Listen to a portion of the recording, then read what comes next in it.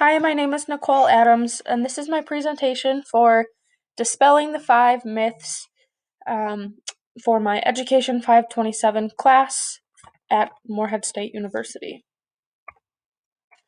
So, in my presentation, I will first give my aha moments or my standout points related to each myth that I have chosen to review. And secondly, I will give my personal opinion as it relates to my current position and things that have observed in my district so far that go along with these myths as well. So I chose to discuss myth number one first. Teachers who are newer to the profession and teachers who have greater access to technology are more likely to use technology frequently for instruction than other teachers. I chose to talk about this myth, um, number one, because I sort of had this stereotype thinking as well. Before I read the reports, I kind of had this in my mind already, but I just sort of also felt like teachers who were newer to the profession, they typically they try newer things and they get taught about more technology in school, and so they are more likely to use these pieces of technology in school versus teachers who have been there for a while or haven't been in school for a while as well. The biggest standout for me in this section of the report was when it talked about how certain teachers will not use technology in particular lessons. Meaning, if two teachers were presenting the same lesson, one teacher might use technology to present the lesson and help students understand the content, but the other teacher um, is so used to teaching it a different way without the technology that they will just stick to that way because that's what they are used to. Teachers are big adapters, in my opinion. We have to adapt to everything. On an everyday basis. If you're an educator, you probably agree. So, in my opinion, if a teacher has to adapt to that sort of stuff on a regular, everyday basis, I believe that those teachers just haven't, the teachers who choose to not use technology in a certain lesson, or if a different teacher is choosing to use technology in that same lesson, the teacher who chose not to, they just haven't found what's right for them yet. It's not as though they don't want to use the technology. They might just not have found what they how a good technology piece is to use for that certain lesson. So then, from my standpoint, um, specific to my district, what I have seen, and just overall in the educational field, change can be hard for some people. Again, teachers who are not used to doing things a certain way, they typically tend to keep doing things their own way, and that can relate to technology. If they're not used to using technology, then they probably won't use it a whole lot in the future.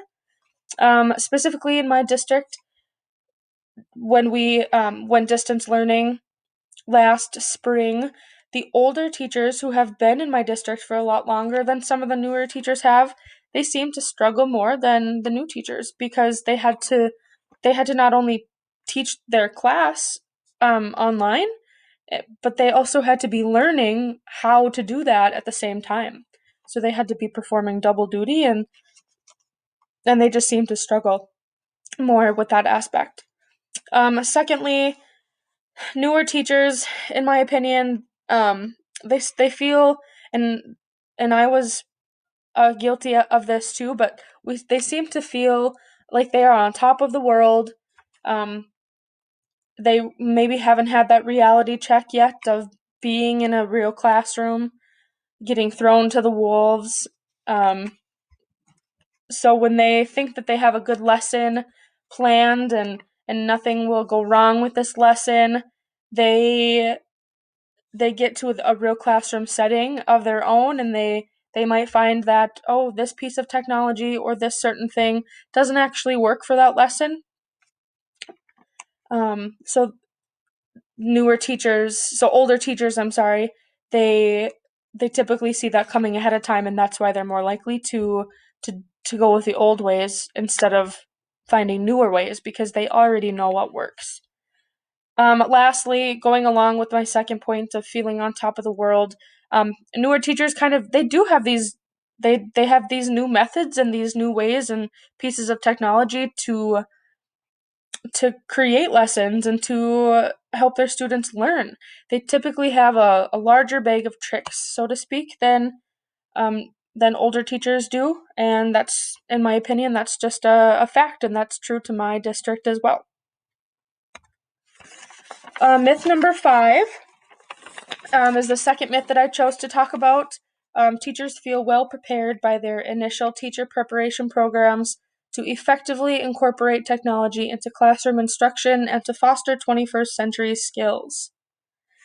A couple pieces that stood out to me here in this section of the report. Number one was when it talked about on the job professional development. Um, Quite frankly, I agree with the report that it's missing the mark. Professional development that educators get in school is sort of missing the mark when it comes to educating teachers. Some of the professional development that I'll talk about in my next slide, it just it doesn't go with every subject area or every age group. But again, I'll talk about that in my next slide. A second piece here going along with on the job professional development, but in the report it does talk about how some teachers they are just more comfortable getting advice from fellow teachers and learning about these new technology pieces from other teachers in their district versus when the school has professional trainers come in to teach those educators about technology. And again, I will talk about that also in my next slide as it relates to my district as well. So then from my standpoint, this myth is false in my opinion. I believe that the best form of a teacher preparation program is full on hands on classroom experience. I think I mentioned this before, but rather than being thrown to the wolves in your own classroom, we learn in a teacher preparation program, we learn a lot about, about the classroom management and different technology pieces and everything we learn in a program. But educators all know that your very first year of school is, and even beyond that, it we aren't prepared for a lot of the things that can happen. So going along with the professional development in that we get in schools, from the technology standpoint and where I work my field in my school, I'm a K through 3 Phi-Ed teacher in the elementary school. So the professional development that I receive is the same as all the other regular classroom teachers, but it's most of the time that does not relate to my field or to my content area. So when they're learning about a certain technology piece and I'm learning about a certain technology piece, the same one, chances are I will not use that in my classroom.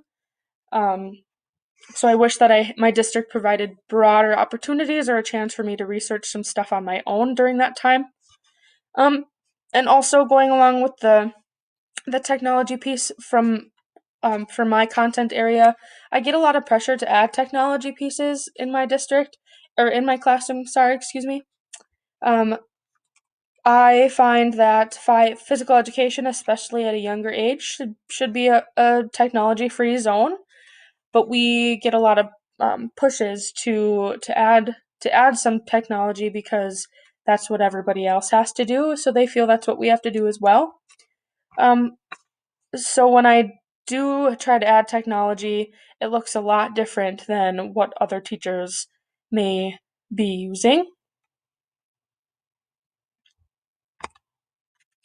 So then in conclusion, I believe that all of these myths, they will look different based off of what you teach, how long you've been teaching, whether you have gone back to school or not, and are broadening your learning experiences, or your plain ambition to learn new things and ideas. They're all, of course, all of these myths can be differentiated by people's opinions as well. Um, so thank you for listening to my opinions.